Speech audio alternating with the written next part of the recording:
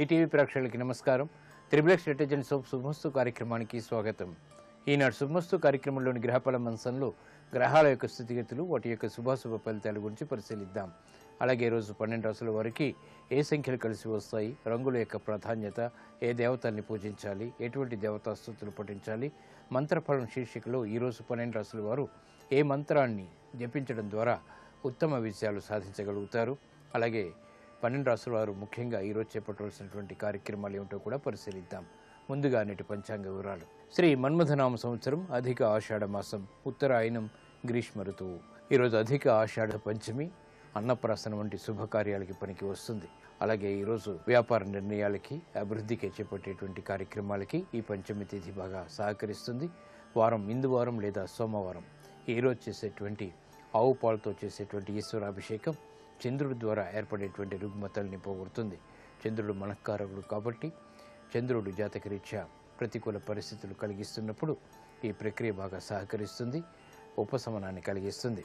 ఈరోజు చేసేటువంటి తెల్లటి పుష్పాలతో కూడినటువంటి పూజాది కార్యక్రమాలు, అలాగే పుణ్య కార్యక్రమాలు, ఆధ్యాత్మిక కార్యక్రమాలు గ్రహాల ద్వారా ఏర్పడేటువంటి అతి ప్రతికూలతను దూరం చేసి ప్రశాంతతను పెంచుతాయి. ఈరోజు మరో విశేషం, పునర్వసు కార్తె ప్రారంభం. ఇక ఈరోజు నక్షత్రం శతభిషం నక్షత్రం. ఈ శతభిషం నక్షత్రంలో ఈరోజు పుట్టేటువంటి వారికి ఏ పాదంలో పుట్టినప్పటికీ కూడా దోషం లేదు, శుభప్రదమైనది. అలాగే ఈరోజు శతభిషం నక్షత్రంలో పుట్టేటువంటి వారికి రాహు మహాదశుడు ప్రారంభమవుతుంది. ప్రస్తుతం రాహు యొక్క స్థితి కన్యాక్షేత్ర స్థితి. ఇది శుభ ఫలితాన్ని కలిగిస్తుంది, ఆకస్మిక విజయాన్ని కలిగించడానికి దోహదపడుతుంది. ఇక ఈరోజు గ్రహాల యొక్క స్థితిగతులను కనుక పరిశీలించినట్టయితే రవి, కుజ, బుధుడు యొక్క స్థితి మిథున క్షేత్రంలో, ఇక్కడ బుధుడికి స్వక్షేత్ర స్థితి. గురువు యొక్క స్థితి కర్కాటక క్షేత్రంలో, శుక్రుడు యొక్క స్థితి సింహక్షేత్రంలో, రాహు యొక్క స్థితి కన్యాక్షేత్రంలో, శని యొక్క స్థితి వృశ్చిక క్షేత్రంలో, చంద్రుడు యొక్క స్థితి కుంభక్షేత్రంలో, కేతువు యొక్క స్థితి మీన క్షేత్రంలో. ఇది ఈరోజు ఉన్నటువంటి గ్రహాల యొక్క స్థితి. ఇక ఈరోజు 12 రాసుల వరకు ఏర్పడేటువంటి శుభాశుభ ఫలితాలను పరిశీలిద్దాం. ముందుగా మేషరాశి. ఈరోజు మేషరాశి వారిని పరిశీలించినట్టయితే ఆనందకర పరిస్థితులు ఆర్థికంగా చేకూరుతాయి. లాభదాయకమైనటువంటి కార్యక్రమ నిర్వహణ వ్యాపారీత్యా కొనసాగించగలుగుతారు. ఆర్థిక పురోగవృద్ధి ఆనందాన్ని కలిగిస్తుంది. రుణ ఒత్తిళ్లు తగ్గుతాయి. చేపట్టేటువంటి కార్యక్రమాలపై శ్రద్ధ పెరుగుతుంది. విద్యా విషయాల్లో కూడా విజయాలు చేజిక్కించుకునేటువంటి అవకాశాలు ఆనందాన్ని కలిగిస్తాయి. వ్యాపారపరమైనటువంటి వ్యవహారాల్లో ఆశించినటువంటి ప్రయోజనాలు దక్కుతాయి. కుటుంబ సఖ్యత పెరుగుతుంది. ప్రాధాన్యతని సంతరించుకునేటువంటి అంశాలు కలిసి వస్తాయి, ఆనందాన్ని కలిగిస్తాయి. ఆరోగ్యం పదిలం. ఈరోజు మీ అదృష్ట సంఖ్య 1. తెలుపు వర్ణం ప్రశాంతతను పెంచుతుంది, ప్రతికూల పరిస్థితులను దూరం చేస్తుంది, ఆహ్లాద పరిస్థితుల్ని ఆహ్వానిస్తుంది. అనుకూల దైవం దక్షిణామూర్తి. ఈరోజు ఈ రాశి వారు శ్రీ దక్షిణామూర్తిని దర్శించి చామంతులతో భక్తి శ్రద్ధలతో పూజించడం ద్వారా మంచి నిర్ణయాలు, తద్వారా విషయాలు చేతికి అందుతాయి. నూతన వ్యాపార ఒప్పందాలు ఈరోజు మీకు లాభిస్తాయి. ఈరోజు వృషభ రాశి వారిని పరిశీలించినట్టయితే వాహన సౌఖ్యం కొనసాగుతుంది. ఆర్థిక వ్యవహారాల్లో మెరుగైనటువంటి మార్పులు చేకూరుతాయి. వ్యయం తగ్గుతుంది. ఉత్తమ కార్యక్రమ నిర్వహణకై చేపట్టేటువంటి కార్యక్రమాల్లో సత్ఫలితాలను పొందగలుగుతారు. ఆరోగ్యపరమైనటువంటి చిక్కులు ఉన్నప్పటికీ నెట్టుకు రాగలిగేటువంటి శక్తి సామర్థ్యాలు కూడా వెన్నంటి ఉంటాయి. బాధ్యతలు బాగా పెరుగుతాయి. వ్యాపారపరమైనటువంటి వ్యవహారాల్లో చేసినటువంటి పొరపాట్లను సవరించుకునేటువంటి అవకాశాలు దగ్గరవుతాయి. కుటుంబ వ్యవహారాలు సానుకూలం. ఈరోజు మీ అదృష్ట సంఖ్య 9. ఎరుపు వర్ణం ధైర్యాన్ని కలిగిస్తుంది. ప్రతికూల పరిస్థితుల్ని ఎదుర్కొనేటువంటి శక్తి సామర్థ్యాలని కలిగిస్తుంది. అనుకూల దైవం ఆంజనేయ స్వామి. ఈరోజు ఈ రాశి వారు ఆంజనేయ స్వామిని దర్శించి ఎర్రటి పుష్పాలతో స్వామిని పూజించడం ద్వారా ఉత్తమ ప్రయోజనాలు, మానసిక ధైర్యం ఏర్పడతాయి. కార్యసిద్ధికే చేపట్టేటువంటి కార్యక్రమాలు ఉత్తమ ఫలితాలను కలిగిస్తాయి. కోర్టు సంబంధిత వ్యవహారాలు, లావాదేవీలు, ప్రక్రియలు, సంభాషణలు ఈరోజు మీకు లాభిస్తాయి. ఈరోజు మిథున రాశి వారిని పరిశీలించినట్టయితే చాకచక్యంతో కూడినటువంటి కార్యక్రమ నిర్వహణ కొనసాగించగలుగుతారు. వ్యాపార దక్షత పెరుగుతుంది. శారీరక శ్రమ తగ్గుతుంది. ఆరోగ్య పరిస్థితి మెరుగవుతుంది. కార్యక్రమ నిర్వహణలో నైపుణ్యాన్ని ప్రదర్శించగలుగుతారు. వ్యవహారాల్లో చుక్కెదురు పరిస్థితుల్ని అధిగమించగలుగుతారు. ప్రశాంతతతో కూడినటువంటి కార్యక్రమ నిర్వహణ గృహరీత్యా చోటు చేసుకుంటుంది, ఆనందాన్ని కలిగిస్తుంది. వ్యాపార విజయాలు తథ్యం. ఈరోజు మీ అదృష్ట సంఖ్య 6. పసుపు వర్ణం త్వరితగతిని శుభాల్ని కలిగిస్తుంది. ప్రతికూల పరిస్థితులను దూరం చేస్తుంది. ఆహ్లాద పరిస్థితుల్ని ఆహ్వానిస్తుంది. అనుకూల దైవం శ్రీ వెంకటేశ్వర స్వామి. ఈరోజు ఈ రాశివారు శ్రీ వెంకటేశ్వర స్వామిని దర్శించి భక్తి శ్రద్ధలతో పూజాది కార్యక్రమాలు నిర్వహించడం ద్వారా వృత్తి, వ్యాపార, ఉద్యోగ సంబంధిత కార్యక్రమాల్లో ఏర్పడినటువంటి సమస్యలకు పరిష్కారాలు పొందగలుగుతారు. విద్యా ప్రయత్నాలు ఈరోజు మీకు లాభిస్తాయి. ఈరోజు కర్కాటక రాశి వారిని పరిశీలించినట్టయితే విదేశీ సంబంధిత లావాదేవీలు కలిసి వస్తాయి. మానసిక ప్రశాంతత పెరుగుతుంది. వృత్తిలో అభివృద్ధికి చేపట్టేటువంటి కార్యక్రమాల్లో ఆర్థిక సహాయ సహకారాలు లభిస్తాయి. గతంలో కన్నా మెరుగైనటువంటి పరిస్థితులు వ్యాపారపరంగా చోటు చేసుకుంటాయి. నూతన కార్యక్రమాలకు శ్రీకారం చుట్టగలుగుతారు. గృహ విషయాల్లో అనుకూలతకే చేసేటువంటి ప్రయత్నాలు కలిసి వస్తాయి. ఆరోగ్యం పర్వాలేదు. ఈరోజు మీ అదృష్ట సంఖ్య 2. ఆకుపచ్చ వర్ణం రక్షణకి దోహదపడుతుంది. ప్రతికూల పరిస్థితుల్ని దూరం చేస్తుంది. అనుకూల దైవం సుబ్రహ్మణ్య స్వామి. ఈరోజు ఈ రాశివారు సుబ్రహ్మణ్య స్వామిని దర్శించి ఎర్రటి పుష్పాలతో భక్తి శ్రద్ధలతో పూజించడం ద్వారా మనోవైషమ్యాలు తొలగిపోతాయి.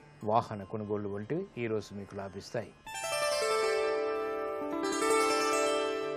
ఈరోజు సింహరాశి వారిని పరిశీలించినట్టయితే అలంకరణకి ప్రాధాన్యతనిస్తారు. చేపట్టేటువంటి కార్యక్రమాలు ప్రోత్సాహాన్ని కలిగిస్తాయి. నూతన ఉత్సాహం పెరుగుతుంది.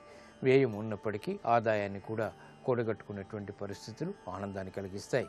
విదేశీ సంబంధిత లావాదేవీలు కలిసి వస్తాయి. నూతన స్నేహాల ద్వారా లబ్ధి చేకూరుతుంది.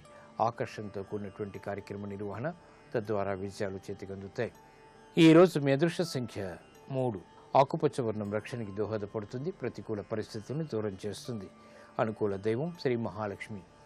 ఈరోజు ఈ రాశివారు శ్రీ మహాలక్ష్మి అమ్మవారిని దర్శించి శ్రీ సూక్త విధానంతో భక్తి శ్రద్ధలతో తెల్లటి పుష్పాలతో పూజాది కార్యక్రమాలు నిర్వహించడం ద్వారా ఆర్థిక వ్యవహారాల్లో ఏర్పడినటువంటి సంకట పరిస్థితులు మటుమాయమవుతాయి. ఆర్థిక ప్రయత్నాలు ఈరోజు మీకు లాభిస్తాయి. ఈరోజు కన్యారాశి వారిని పరిశీలించినట్టయితే ఆర్థిక వ్యవహారాల్లో ముందడుగు వేయగలుగుతారు.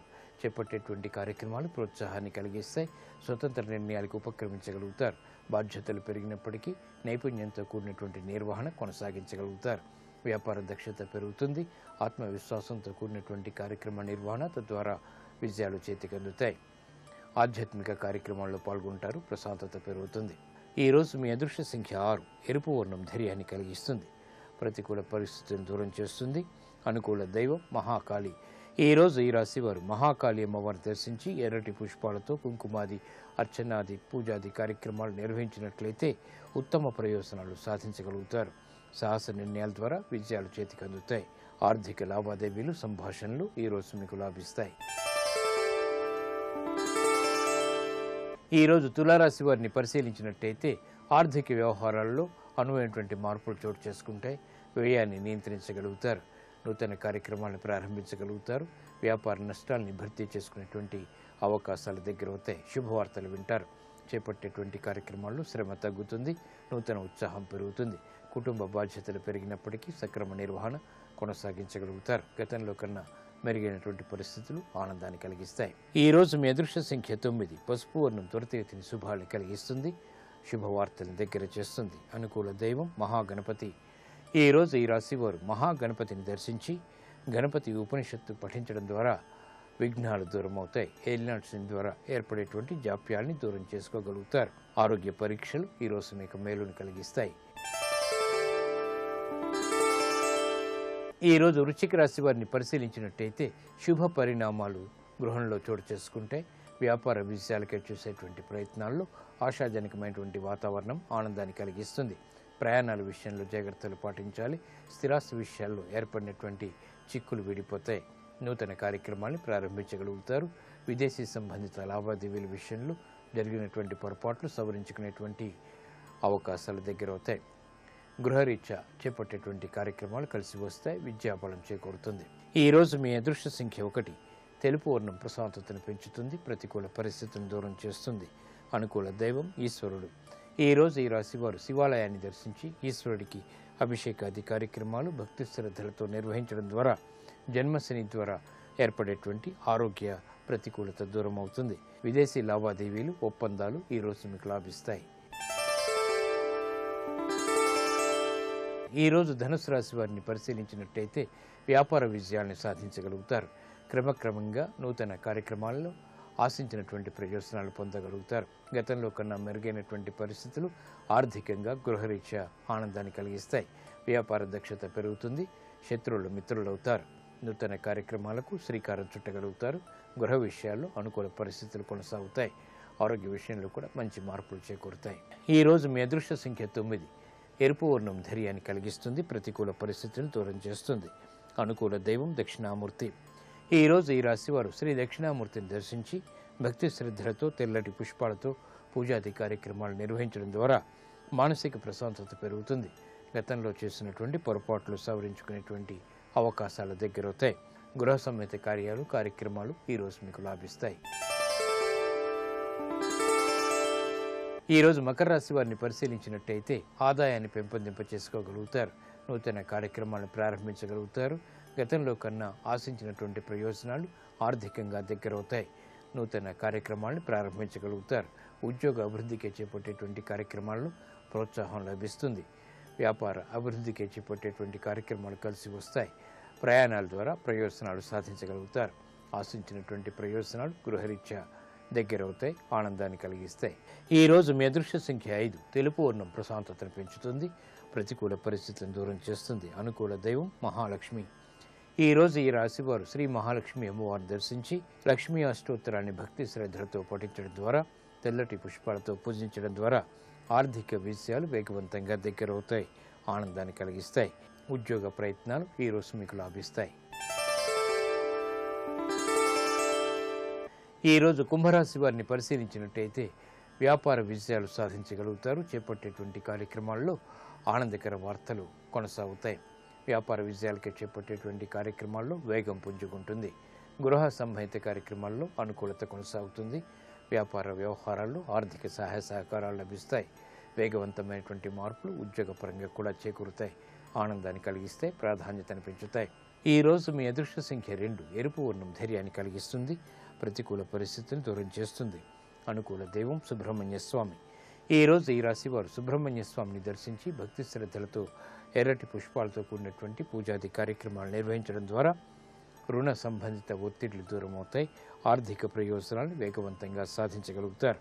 స్థిరాస్తి విక్రయాలు ఈరోజు మీకు అనుకూలిస్తాయి. ఈరోజు మీనరాశి వారిని పరిశీలించినట్టయితే మానసిక ధైర్యంతో కార్యక్రమ నిర్వహణ కొనసాగించలేకపోతారు. మానసిక భీతి పెరుగుతుంది. ప్రతి కార్యంలోనూ కూడా చిరాకు పరిస్థితులు, తత్తరపాటు సంఘటనని గురి చేస్తాయి. నూతన కార్యక్రమాల విషయంలో జాగ్రత్తలు వహించాలి. వ్యాపార వ్యవహారాల్లో, ఆర్థిక సంబంధ బాంధవ్యాల్లో చిరు సమస్యలు తలెత్తుతాయి. గృహ విషయాలు మాత్రం అనుకూలిస్తాయి. విదేశీ సంబంధిత లావాదేవీల విషయంలో జాగ్రత్తలు పాటించాలి. ఆర్థిక వ్యవహారాల్లో ఆచితూచి నిర్ణయాలు తీసుకోవటం క్షేమదాయకం. ఆరోగ్య క్రమశిక్షణ లోపిస్తుంది. ఈరోజు మీ అదృష్ట సంఖ్య 9. తెలుపు వర్ణం ప్రశాంతతను పెంచుతుంది. ప్రతికూల పరిస్థితులను దూరం చేస్తుంది. అనుకూల దైవం ఈశ్వరుడు. ఈరోజు ఈ రాశివారు శివాలయాన్ని దర్శించి ఈశ్వరుడికి అభిషేకాది కార్యక్రమాలు భక్తి శ్రద్ధలతో నిర్వహించడం ద్వారా వృత్తి, వ్యాపార, ఉద్యోగ సంబంధిత కార్యక్రమాల్లో ఆశించినటువంటి ప్రయోజనాలు దగ్గరవుతాయి. ఆరోగ్య పరీక్షలు ఈరోజు మీకు మేలును కలిగిస్తాయి.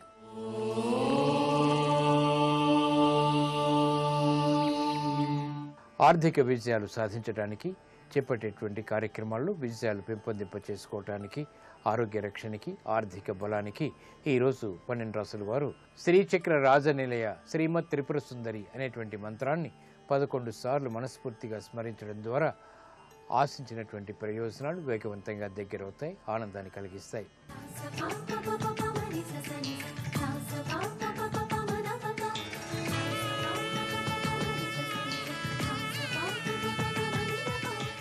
శ్రీనాథ మహాకవి గోదావరి యొక్క వైభవాన్ని ఒక చోట వర్ణిస్తాడు. వర్ణిస్తూ ఆయన ఒక మాట అంటాడు, ఆపాతాళ గభీర నీరకు అది సుధాహారామల శ్రేణికి. ఆ నది ఎంత గొప్ప ప్రవాహాన్ని కలిగి ఉంటుంది అంటే ఆపాతాళ గభీర నీరకు అని మొదలుపెట్టాడు. పాతాళలోకం నుంచి పెళ్ళుబుకినటువంటి ప్రవాహం ఎంత వేగంగా పైకి చిమ్మి ప్రవహిస్తుందో అంత గొప్ప ప్రవాహం కలిగినటువంటి నది అయి ఉంటుంది. ఇందులో విశేషం ఏమిటంటే అసలు గోదావరి నది ఏర్పడడానికి ప్రధాన కారణం గౌతమ మహర్షి యొక్క తపస్సు. గౌతమ మహర్షి తపస్సు చేసినప్పుడు పరమశివుడు అనుగ్రహించినటువంటి గోదావరి ప్రవాహం మొట్టమొదట బ్రహ్మగిరిలో ప్రారంభమైంది. పైకి వచ్చినటువంటి ప్రవాహం వెంటనే అంతర్హితమైపోయింది. అంతర్హితమై మళ్ళీ గంగాద్వారంలో పైకి ఉబికింది. ఉబికినటువంటిది తిరిగి అంతర్హితమైంది. అంతర్హితమైనటువంటి ఆ ప్రవాహం సద్యోజాత అఘోర తత్పురుష వామదేవ ఈశానములని 5 పేర్లతో పిలువబడేటటువంటి ముఖము కలిగినటువంటి పరమశివుడే త్రయంబకాచలేశ్వరుడనేటటువంటి పేరుతో పర్వతంగా మహారాష్ట్ర దేశంలో వెలసి ఉంటే అందులో ఉండేటటువంటి ఒక పర్వత శిఖరంలోంచి మళ్ళీ ప్రవాహం ప్రారంభమై కొన్ని అంగుళముల యొక్క గుంట లోపలికి వెలిసి ఉన్నటువంటి బ్రహ్మ విష్ణు మహేశ్వరుల యొక్క త్రిమూర్త్యాత్మక స్వరూపమైనటువంటి త్రయంబకేశ్వర లింగం దగ్గర ఆ ప్రవాహం పైకి కొద్దిగా ఉపిగింది. ఆ పరమశివుని యొక్క స్వరూపమైనటువంటి 5 తలలు ఏ ఉన్నాయో ఆ 5 తలలు 5 శిఖరములుగా ఉన్నటువంటి త్రయంబకాచలంలో పైకి ప్రవాహం ఉబికినప్పుడు దాన్ని దర్భల యొక్క కట్ట చేత గౌతమ మహర్షి మళ్ళీ కిందకి వెళ్ళిపోకుండా పైకి ఉద్ధరించాడు. అందుచేత దానికి కుశావర్తము అని ఒక పేరు వచ్చింది. ఆ పేరు కలిగినటువంటి గోదావరి ప్రవాహం ఇక అక్కడి నుంచి వెనక్కి తిరిగి చూడలేదు.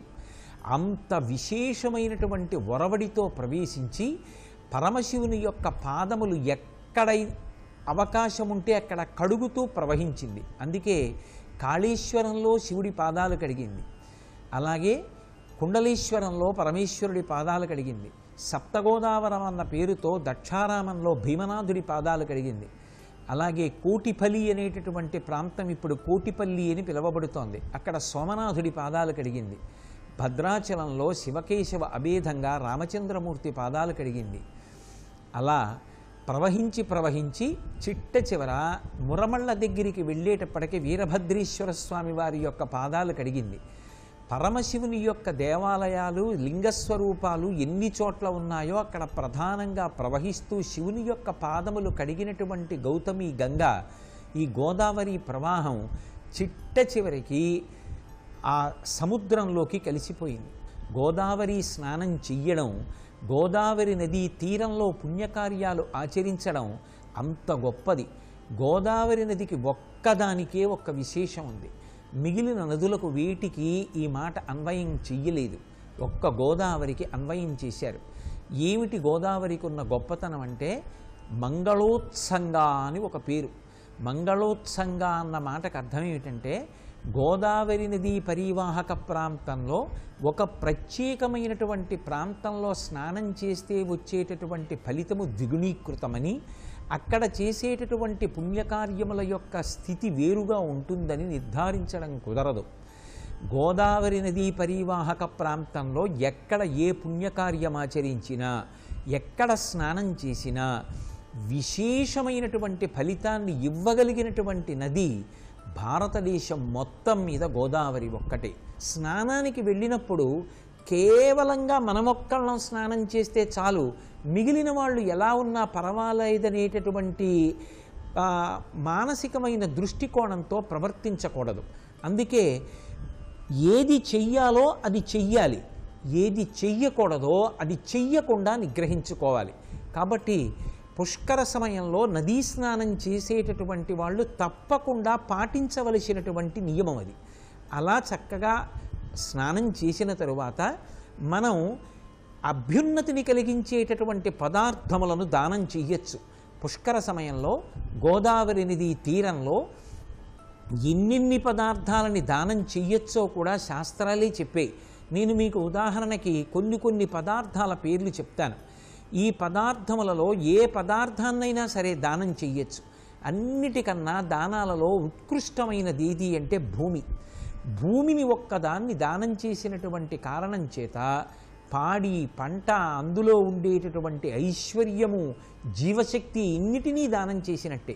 అందుకే పుష్కర సమయంలో భూమిని దానం చేయడం, గోదానం, ఎద్దుని దానం చేయడం, నాగలి దానం చేయడం, ధనం, ధాన్యం, శాకం అంటే కాయగూరలు కానీ ఆకుకూరలు కానీ, అలాగే వస్త్రద్వయం అంటే ఒక్క బట్ట కాదు, ఒక రవికల బట్ట కాదు, 2 రవికల బట్టలు, వస్త్రద్వయం.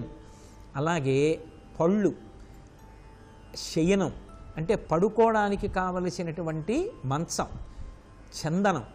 ఉత్తముడైనటువంటి వ్యక్తి లభించినప్పుడు చక్కగా ఇంట్లో చందనం తీసి ఆ చందనాన్ని పట్టుకెళ్ళి గోదావరి నది తీరంలో ఒక విద్వాంసుడి యొక్క చేతికి చందనాన్ని అలదడం కూడా చాలా చాలా గొప్ప విశేషంగా గుర్తెరగాలి. అలాగే చందన దానం కూడా అంత గొప్పది.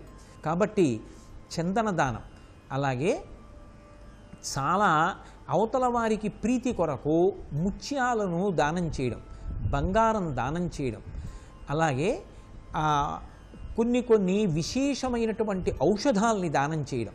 అంటే చూడండి, కొన్ని పదార్థాలు ఉంటాయి, వాటికి ఔషధీ శక్తి ఉంటుంది. ఇప్పుడు కొన్ని నిమ్మకాయలు తీసుకొచ్చి అక్కడ పెట్టిన చలివేంద్రం దగ్గర ఇచ్చి మీరు నీళ్ళు ఇచ్చేటప్పుడు ఈ నిమ్మకాయ పిండి ఇవ్వండి అని ఇచ్చారనుకోండి, దాంట్లో విటమిన్ సి ఉంటుంది, వ్యాధి నిరోధక శక్తి ఉంటుంది. తలస్నానం చేసి బయటికి వచ్చినటువంటి ఆడపిల్లలకి పెద్ద జుట్టు ఉంటే వాళ్ళకి పడిశం పట్టకుండా ఈ నిమ్మకాయ నీళ్లు ఉపయోగపడతాయి. అప్పుడు అది ఔషధాన్ని దానం చేసినట్టే అవుతుంది. కాబట్టి అలా విశేషంగా ఔషధాన్ని దానం చెయ్యడం, ఇవన్నీ కూడా అభ్యున్నతికి కారకాలు అవుతాయి. ఇందులో ఎవరి శక్తిని అనుసరించి వారు తప్పకుండా దానం చెయ్యాలి. ఆ సమయంలో మనం చేసిన దానం ఏదుందో అది జీవుని యొక్క అభ్యున్నతికి కారణమవుతుంది. మన జీవుడి గురించి మనమే పట్టించుకోకపోతే ఎప్పుడో శరీరం పతనమైపోయిన తర్వాత కొడుకు చెయ్యాలి, వాడు చెయ్యాలి, వీడు చెయ్యాలన్న పేరాశెందుకు? చక్కగా శరీరం ఉండగానే ఇంత గొప్ప పుష్కరాలు వస్తున్నాయి, ఒక్క పువ్వు పట్టుకెళ్ళి ఆ రోజున దానం చేస్తే చాలు, కాస్త చందనం దానం చేస్తే చాలు. శక్తి ఉన్నవాళ్ళు శక్తి కొలది దానం చేసుకోవచ్చు. సర్వం శ్రీ ఉమామహేశ్వర పరబ్రహ్మార్పణమస్తు. స్వస్తి. భగవద్గీత కించిదధీత గంగాజలలవ కణికాపీత. భగవద్గీతలో ఒక్క శ్లోకాన్ని భక్తితో చదివిన, అలాగే మురారిని శ్రీ మహావిష్ణువుని సేవించిన, గంగానదీ జలాలలో ఉన్న ఒక్క బొట్టు నాలుక మీద వేసుకున్న యమధర్మరాజుతో చర్చ లేదు అంటారు. అంటే యమదర్శనం కలగదు అని.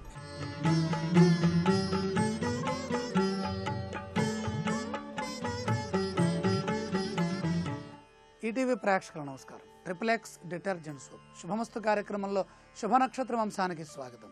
ప్రధానంగా పంచమితో కూడినటువంటి సోమవారం శతభిష నక్షత్రం, ఆయుష్మాన యోగం. ఈశ్వరుణ్ణి ఆరాధించడం చాలా మంచిది. ఈశ్వరారాధనలో విశేషమైనది రుద్రాభిషేకం.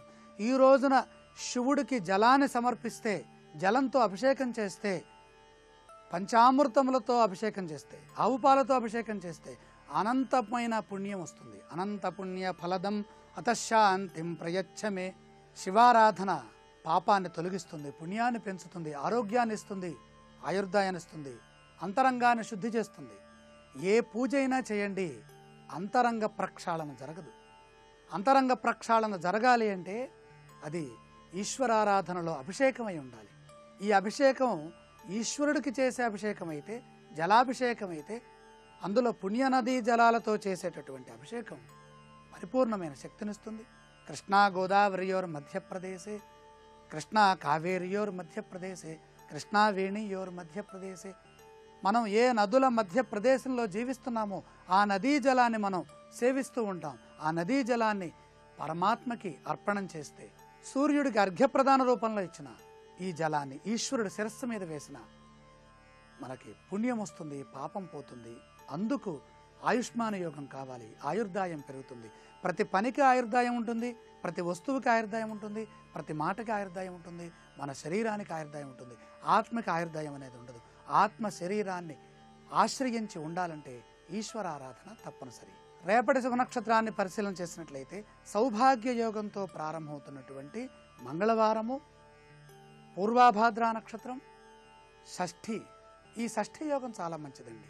మంగళవారము షష్ఠి ఎక్కడ కలిస్తే అక్కడ సుబ్రహ్మణ్య అనుగ్రహం ఉంటుంది. పెళ్లి కాని వారికి, స్త్రీలు కావచ్చు, పురుషులు కావచ్చు, వయస్సు మీరి వివాహ కాలం, వివాహ ఘడియలు దాటిపోతున్నాయి, మా పిల్లలకి ఇంకా పెళ్ళిళ్ళు కావట్లేదేంటి అని ఎదురు చూస్తున్నటువంటి వారందరికీ రేపటి రోజు అదృష్టాన్ని ఇచ్చే విధంగా ఉంది. కారణం, షణ్ముఖ సుబ్రహ్మణ్యేశ్వర స్వామి వారికి ప్రతీకగా ఉన్నటువంటి షష్ఠీ ఘడియలు, 6 కళలతో ఉన్నటువంటి చంద్రుడు. ఈ షష్ఠీ ఘడియలతో కూడిన మంగళవారం నాడు సుబ్రహ్మణ్య ఆరాధన చేసిన, సుబ్రహ్మణ్య నామాన్ని స్మరించిన, కుజదోష పరిహారార్థమే చేసేటటువంటి కుజ ధ్యానము, కుజప్రీతిగా చేసేటటువంటి ఆఢక దానం అంటే కందులని దానం చేయటం, ఎర్ర పుష్పములతో కుజారాధన, ఈశ్వరారాధన, సుబ్రహ్మణ్య ఆరాధన, నాగేంద్రుణ్ణి నాగుపాముల్ని ధరించి ఉన్నటువంటి వెంకటేశ్వర స్వామివారి యొక్క చిత్రపటాన్ని దర్శించిన స్వామివారి భుజములకి హృదయానికి నాగుపాములు ఉంటాయి. ప్రత్యేకంగా చూడండి, శ్రద్ధగా చూడండి. ఆ నాగేంద్రుణ్ణి చూస్తూ వెంకటేశ్వర స్వామివారిని నమస్కారం చేసుకోండి. హృదయ వక్షస్థల స్థితుడైనటువంటి ఆ సుబ్రహ్మణ్యేశ్వర స్వామివారు మనని కాపాడతారు, దోషాన్ని తొలగిస్తారు. అలాగే ఎవరైనా భయపడుతున్న దీర్ఘరోగములతో, విషరోగములతో, రక్తము శుద్ధిగా ఉండకుండా ఉన్నట్టయితే, రక్తశుద్ధి లోపిస్తే రోగం వస్తుంది, విషరోగాలు వస్తాయి. విషరోగ హరం కావాలంటే సుబ్రహ్మణ్య ఆరాధన చెయ్యాలి. భయం ఉన్నవాళ్ళు సుబ్రహ్మణ్యేశ్వర స్వామి వారిని ఆరాధించండి. ఉద్యోగంలో భయం ఉన్నా, గొడవలు అవుతున్నా, తగాదాలు అవుతున్నా, ప్రమాదాలు వస్తున్నా ఈ సుబ్రహ్మణ్యేశ్వర స్వామి వారి యొక్క ఆరాధన సౌభాగ్య యోగంతో కూడి ఉండటం ద్వారా స్త్రీలకి విశేషంగా నాగదోషం తొలుగుతుంది, సంతానం లేని వాళ్ళకి సంతానం కలుగుతుంది, సౌభాగ్య వృద్ధి, ఆరోగ్య సిద్ధి.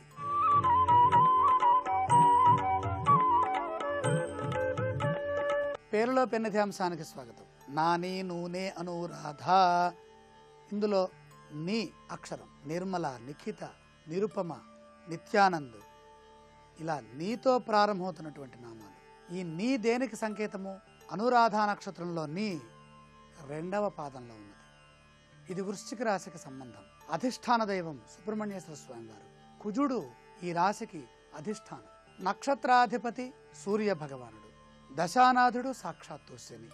నీతో ప్రారంభమవుతున్నటువంటి నీ అనే అక్షరంతో పేరు మొదలయ్యే వారి అదృష్ట యోగాన్ని పరిశీలన చేసినట్లయితే నిత్యము ఆనందంగా ఉండేటటువంటి యోగం ఈ నక్షత్రంలో ఉంది.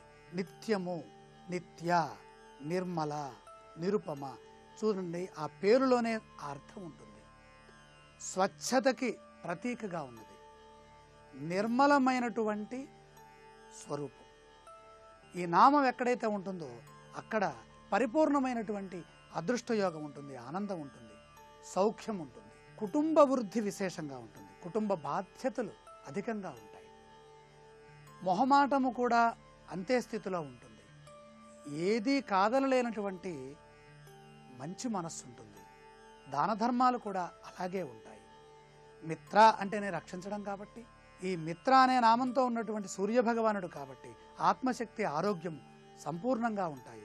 అదృష్ట దైవాన్ని పరిశీలన చేసినట్లయితే వెంకటేశ్వర స్వామి వారు, శని భగవానుడి యొక్క అనుగ్రహం అనురాధ నక్షత్రం పైన వృశ్చిక రాశిలో ఉంటుంది కాబట్టి వెంకటేశ్వర స్వామి వారిని ధ్యానించడం, నిర్మలమైనటువంటి భావన, నిర్మలమైనటువంటి మనస్సుతో శుద్ధి కలిగి ఉంటారు, నిత్యము ఆనందంగా ఉంటారు, యశశ్చంద్రికలు విశేషంగా ఉంటాయి, పరిపూర్ణమైనటువంటి వాక్సిద్ధి ఉంటుంది, జీవితంలో తొందరగా పైకొస్తారు, వ్యాపారంలో స్పష్టత ఉంటుంది, స్పష్టమైన వ్యాపారం చేయటం ద్వారాగా ప్రజాకర్షణ కలిగి ఉంటారు, ఉద్యోగ ధర్మాల్లో కొన్ని సమస్యలున్నా పెద్దవారి అండదండలుంటాయి, ఇంకా విశేషించి నకారము నారాయణ బీజం కాబట్టి, అలాగే మనస్సులో పరమాత్మని ధ్యానిస్తే తొందరగా కార్యసిద్ధి, తొందరగా దైవబలము, మంత్రయుక్తంగా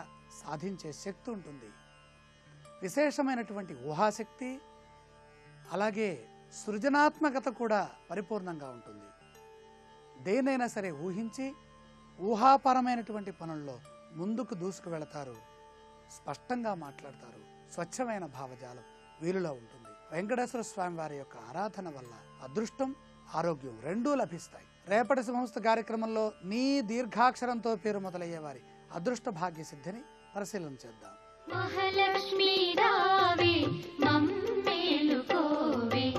మీకు లక్ష్మీ కటాక్ష సిద్ధి కావాలంటే తప్పనిసరిగా కస్తూరికాయ అని ఉంటుంది. అది కస్తూరి మృగం నుంచి లభ్యపడ్డది. ఆ కస్తూరి మృగాన్ని మీ బీరువాలో ఉంచుకోండి, ఐశ్వర్య సిద్ధి కలిగి తీరుతుంది సుమా.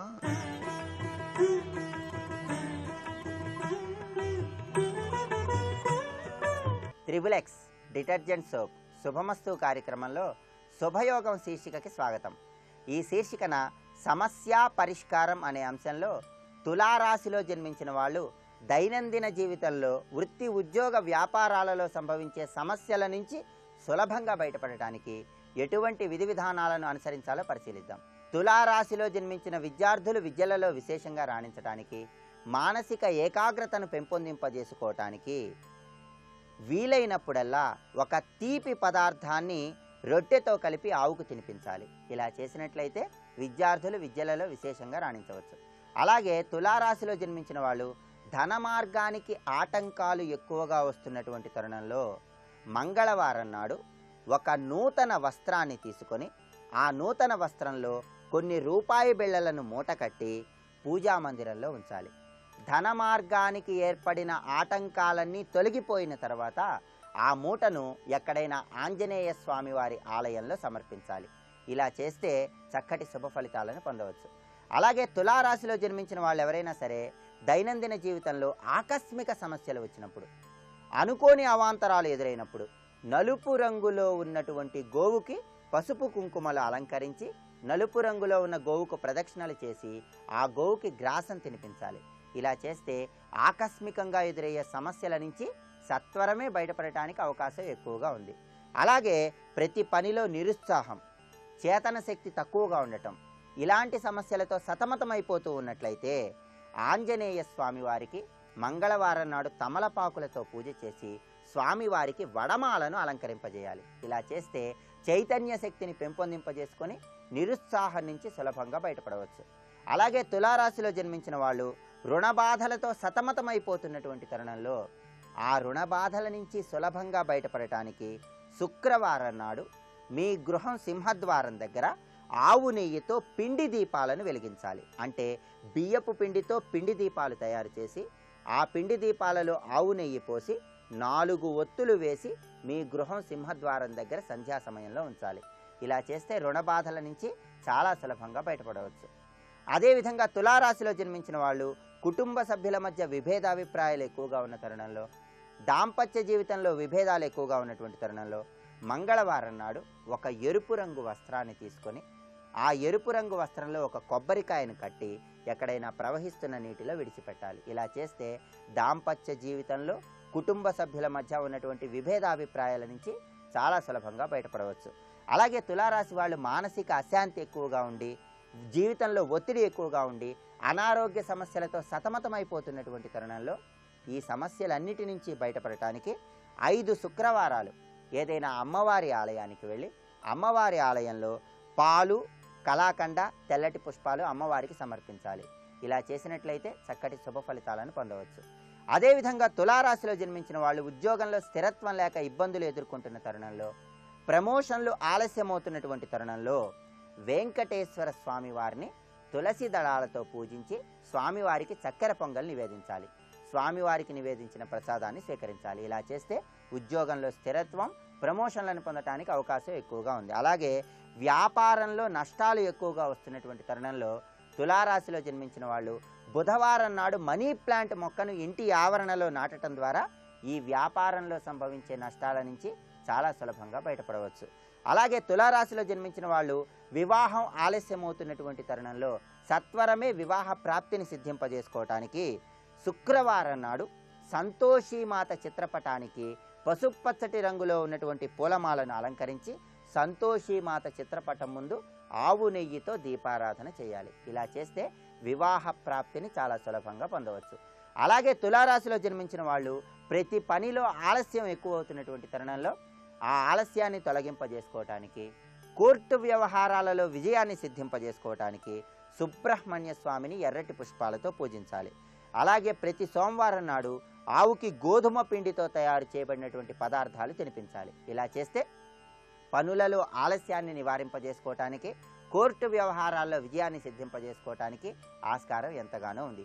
ఈ సూచనలన్నీ పాటించినట్లయితే తులారాశిలో జన్మించిన వాళ్ళు దైనందిన జీవితంలో వృత్తి, ఉద్యోగ, వ్యాపారాల్లో సంభవించే సమస్యల నుంచి చాలా సులభంగా బయటపడవచ్చు. వచ్చే సోమవారం శుభమస్తు కార్యక్రమంలో శుభయోగం శీర్షికన వృశ్చిక రాశిలో జన్మించిన వాళ్ళు దైనందిన జీవితంలో సంభవించే సమస్యల నుంచి బయటపడటానికి ఎటువంటి విధి విధానాలను పాటించాలో పరిశీలిద్దాం. రేపటి శుభమస్తు కార్యక్రమంలో శుభయోగం శీర్షికన దృష్టి దోషాన్ని తొలగింపజేసుకొని చక్కటి శుభ ఫలితాలను పొందటానికి ఎటువంటి విధి విధానాలను పాటించాలో పరిశీలిద్దాం.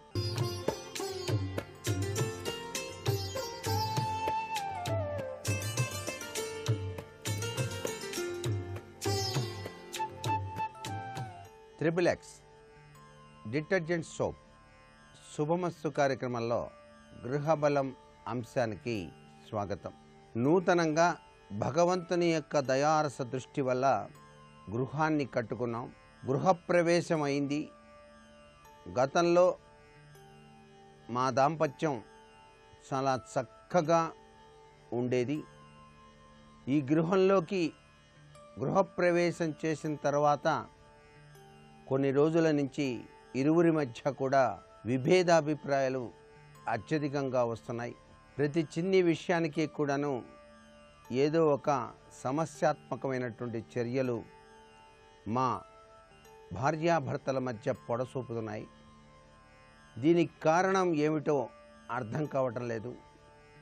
ఏదో కొత్తగా గృహం కట్టుకున్నాం కదా, అందరినీ పిలిచాం, సత్యనారాయణ వ్రతం చేసుకున్నాం, భోజనాదులు కూడా పెట్టాం, ఏమిటిది, ఏదైనా నరఘోష లేక వాస్తు దోషమా అర్థం కావటం లేదు అని చెప్పేసి చింతించేటువంటి వారు కోకొల్లలుగా ఉన్నారు. దీనికి సంబంధించి భార్యాభర్తల మధ్య వివాదాస్పద ధోరణులు, కలిసి రాకపోవటం, వాళ్ళిద్దరి మధ్య అభిప్రాయ భేదాలు అధికం కావటం అనేటువంటివి వాస్తుశాస్త్రరీత్యా దోషాలుగానే పరిగణించాలి. వాస్తుశాస్త్రంలో అవినాభావ అనురాగ దాంపత్య లక్షణాల రీత్యా కొన్ని సూత్ర ప్రాతిపదికలు ఉన్నాయి. అవి గనక సక్రమంగా ఉన్నట్లయితేనే ఆ గృహంలో చక్కగా కాపురం సజావుగా సాగుతుంది అని చెప్పవచ్చు. వాటికి సంబంధించి ముఖ్యమైనటువంటి విశేషాంశాల్లో నైరుతి దిశ ముఖ్యమైనటువంటిది. ఈ నైరుతి ద్వారాలు కానీ, గోతులు కానీ, వీధిపోట్లు కానీ పల్లంగా గనక ఉన్నట్లయితే యజమాని ప్రతి చిన్ని విషయానికి కూడాను కోపం వచ్చి చాలా క్రూరంగా ప్రవర్తించేటువంటి లక్షణాలు కూడా ఉంటాయి. కాబట్టి ఆ విషయంలో ఈ యొక్క వాస్తుదోషం ఉందేమో ఒకసారి పరిశీలన చేసుకోవటం మంచిది. అలాగే నైరుతిలో మెట్లు కానివ్వండి, టాయిలెట్స్ కానివ్వండి, మురుగునీటి గోతులు కానివ్వండి ఉన్నప్పుడు మగవాడు సహజసిద్ధంగా కోపోద్రేకుడై అనురాగబంధాన్ని పంచిపెట్టడానికి సహజసిద్ధంగా ఏదో ఒక మిష, ఏదో ఒక లోపాన్ని ఎత్తి చూపిస్తూ ఉంటారు. దక్షిణంలో కానీ పడమరలో కానీ గోతులు గనక ఉన్నట్లయితే యజమాని మితిమీరినటువంటి ఆవేశంతో ప్రవర్తించడానికి ఆస్కారం అత్యధికంగా ఉంటుంది. దానివల్ల కుటుంబాన్ని అలక్ష్యం చేయటం, నిర్లక్ష్యం చేయటం, ఆరోగ్యాన్ని పాడు చేసుకోవటం లాంటి లక్షణాలు కూడా వస్తాయి. ఈశాన్యంలో వరండా ఉండి ఉత్తర వాయువ్యంలో మెట్లు కానీ, ఉపగృహాలు కానీ ఉత్తర ప్రహరీ గోడ మీద వేసి ఉన్నప్పుడు ఆ ఇంటి యజమాని విపరీతమైనటువంటి భావన పరంపరలో ఎవరిని లెక్క చేయక చాలా దుష్ప్రవర్తన శైలిలో ప్రవర్తించడానికి ఆస్కారం ఉంటుంది. దాని ద్వారా అనురాగ దాంపత్యంలో కలతలు ఎక్కువగా ఉండటానికి ఆస్కారం ఉంటుంది. ఈశాన్యంలో మెట్లు కానీ, బాత్రూములు కానీ ఉన్నప్పుడు ఆ ఇంటి యజమాని నిజాయితీగా ప్రవర్తించినప్పటికీ ఏ పని కూడా కలిసి రాక అసమర్థుడుగా అతడు పేరు తెచ్చుకోవడంతో ఇరువురి మధ్య కూడా భార్యాభర్తలకి అవినాభావ సంబంధంలో కించిత్తు పొరపాట్లు సంభవించడానికి ఆస్కారాలు ఉన్నాయి. తూర్పు ఆగ్నేయంలో ద్వారాలు, గేట్లు, గోతులు, వీధిపోట్లు కనుక ఉంటే ఆ ఇంటి యజమాని చాలా ఉగ్ర నారసింహతత్వాన్ని కలిగి ఉంటాడు, కోపోద్రేకుడై కలిగి ఉంటాడు. కుటుంబంలో కలహాలకే ఎక్కువ ప్రాధాన్యత ఇస్తాడు. మీ వాళ్ళు ఇట్లా అన్నారనో, నేను అప్పుడు వచ్చినప్పుడు నన్ను ఇట్లా చూశారనో, ఏదో ఒక విధంగా కలహాన్ని, కొని తెచ్చుకొని భార్యతో కలహాల కాపురంలా జీవితాన్ని గడపాల్సిన పరిస్థితి ఏర్పడుతుంది. ఉత్తర వాయువ్యం వీధిపోట్లు, గోతులు, ద్వారాలు, గేట్లు గనక ఉంటే, నైరుతిలో కూడా ద్వారాలు, గేట్లు, వీధిపోట్లు గనక ఉంటే ఆ ఇంటి యజమాని మానసికంగా బాగా కుంగిపోతాడు, నరకయాతన అనుభవిస్తున్నట్టుగా భావిస్తూ ఉంటాడు. కాబట్టి తప్పకుండా ఈ యొక్క దోషాలు ఏవీ లేకుండా ఆ ఇల్లు ఉన్నదా లేదా చూసుకోవటం చాలా అవసరం. అంతేకాకుండా నైరుతి మూల ఇంటిలో పడక గదిలో 2 పరుపులు ఒకే బెడ్ మీద ఉండకూడదు. ఆ డబల్ కాట్ మంచం పైన ఒకే పరుపుగా గనక ఉన్నట్లయితే సౌఖ్యవంతమైనటువంటి ప్రభావంలో అవగాహన తత్వం ప్రౌఢ వెళ్ళటానికి ఆస్కారం అత్యధికంగా ఉంటుందని చెప్పచ్చు. దక్షిణ దిశ వైపు తలగడ ఉంచి నిద్రించడం చాలా మంచిది. అంతేకాకుండా పడక గదిలో మీరు పడుకునేటువంటి ఆ యొక్క మంచానికి ఎదురుగా అద్దం మాత్రం ఉండకూడదు. ఇలా ఉన్నప్పటికీ కూడాను కలహాల కాపురంలా మారటానికి ఆస్కారాలు ఉన్నాయి. ఇవన్నీ కూడా వాస్తుశాస్త్రరీత్యా భార్యాభర్తల మధ్య అవగాహన తత్వం లోపించకుండా ఉండటానికి, అలాగే ఇరువురి మధ్య అనురాగ దాంపత్యం ప్రౌఢ వెళ్ళటానికి వాస్తుశాస్త్రరీత్యా గమనించవలసినటువంటి ముఖ్యమైనటువంటి విశేషాలుగా చెప్తాం. అసలు సిసలైన రహస్యం ఒకటి ఉంది. నూతనంగా గృహం కట్టినప్పుడు భార్యాభర్తల మధ్య పరపచ్చాలు ఎక్కువగా పొడసూపుతున్నాయి అంటే నరఘోష ప్రభావం కూడా పనిచేస్తుంది. ఈ దోష ప్రభావం నుంచి బయలుపడటానికి ఒక 1/2 కేజీ పటిక దాని చుట్టూతా నల్లదారం చుట్టి ఉట్టికి అలా ఆ ఉట్టిలో ఉంచి సింహద్వారం ముందు భాగాన వేలాడదీసినట్లయితే ఇటువంటి నరఘోష ప్రభావం నుంచి బయలుపడటానికి ఆస్కారం ఎక్కువగా ఉంటుంది. భార్యాభర్తల మధ్య సత్సంబంధాలు బాగా విరాజిలింప చేసుకోవడానికి రావి చెట్టు, వేప చెట్టు కలిసి ఉన్నటువంటి వృక్షం చక్కగా మీకు వీలైనప్పుడు ఇరువురు కూడాను శనివారం నాడు కానీ శుక్రవారం నాడు కానీ 3 ప్రదక్షిణాలు నిర్వహించటం సర్వే సర్వత్రా కూడా శుభదాయకవంతమైన ప్రభావాన్ని ఇస్తుంది. అనురాగ అన్యోన్య దాంపత్యానికి రావి చెట్టు, వేప చెట్టు కలిసి ఉన్నటువంటి ఆ యొక్క వృక్షరాజ అనుగ్రహాన్ని కూడా పొందాలి అని చెప్పేసి దైవబల రీత్యా మనం గుర్తుపెట్టుకోవాలి. వాస్తుశాస్త్రంలో దైవబలం కూడా తోడై ఉండాలి. దైవబలం గనక లేకపోయినట్లయితే మీరు ఎన్ని ప్రయత్నాలు చేసినా వృధా అవుతుంది జీవితం. అందుచేత మనిషికి ముఖ్యంగా కావాల్సింది దైవ చింతన, దైవబలం. నేటి వాస్తు సందేహాన్ని గనక పరిశీలన చేసినట్లయితే, మేము వ్యాపారాన్ని సాగిస్తున్నాం, అమ్మకాలు మాత్రం సాగటం లేదు, మా అమ్మకాలు బాగా చక్కగా సాగటానికి వాస్తుశాస్త్రరీత్యా పాటించవలసిన నియమం ఏదైనా ఉందా అన్నది ప్రశ్న. దుకాణాల్లో అమ్మకాలు సరిగా సాగనప్పుడు మనకి భగవంతుడు ప్రసాదించిన అదృష్టకరమైన వస్తువుల్లో గోమతి చక్రాలు ఒకటి. ఈ గోమతి చక్రాలని ఎర్రని వస్త్రంలో మూట కట్టి శుక్రవారం నాడు 5 తీసుకోండి. ఈ 5 గోమతి చక్రాలని కూడాను ఎరుపు రంగు వస్త్రంలో కట్టండి. దుకాణంలోని ద్వారబంధానికి శుక్రవారం నాడే కట్టండి. ధనలాభం బాగా చేకూరటానికి ఆస్కారం అత్యధికంగా ఉంటుంది సుమా అని చెప్పింది శాస్త్రం. మరికొన్ని ముఖ్య విషయాలు రేపటి శుభమస్తు కార్యక్రమంలో తెలుసుకుందామా? మరి సర్వే జనా సుఖినో భవంతు. మీరు తరచూ ఉద్యోగంలో మార్పులను ఎదుర్కొంటున్నారా? స్థిరమైన జీవనోపాధి లేక ఇబ్బందులు ఎదుర్కొంటున్నారా? స్థిరమైన జీవనోపాధిని పొందటానికి ఇదిగో ఈ సులభమైన ప్రక్రియ ఆచరించండి. శుక్రవారం మహాలక్ష్మీదేవిని గులాబీ పూలతో పూజిస్తూ మహాలక్ష్మీదేవి చిత్రపటం ముందు ఆవు నెయ్యితో 5 ఒత్తుల దీపం వెలిగించండి. మహాలక్ష్మీదేవికి చలిమిడి నివేదించి దాన్ని మీరు ప్రసాదంగా స్వీకరించండి. ఇలా చేస్తే ఉద్యోగంలో తరచూ సంభవించే మార్పుల నుంచి బయటపడటానికి, స్థిరమైన జీవనోపాధిని పొందటానికి ఆస్కారం ఎంతగానో ఉంది.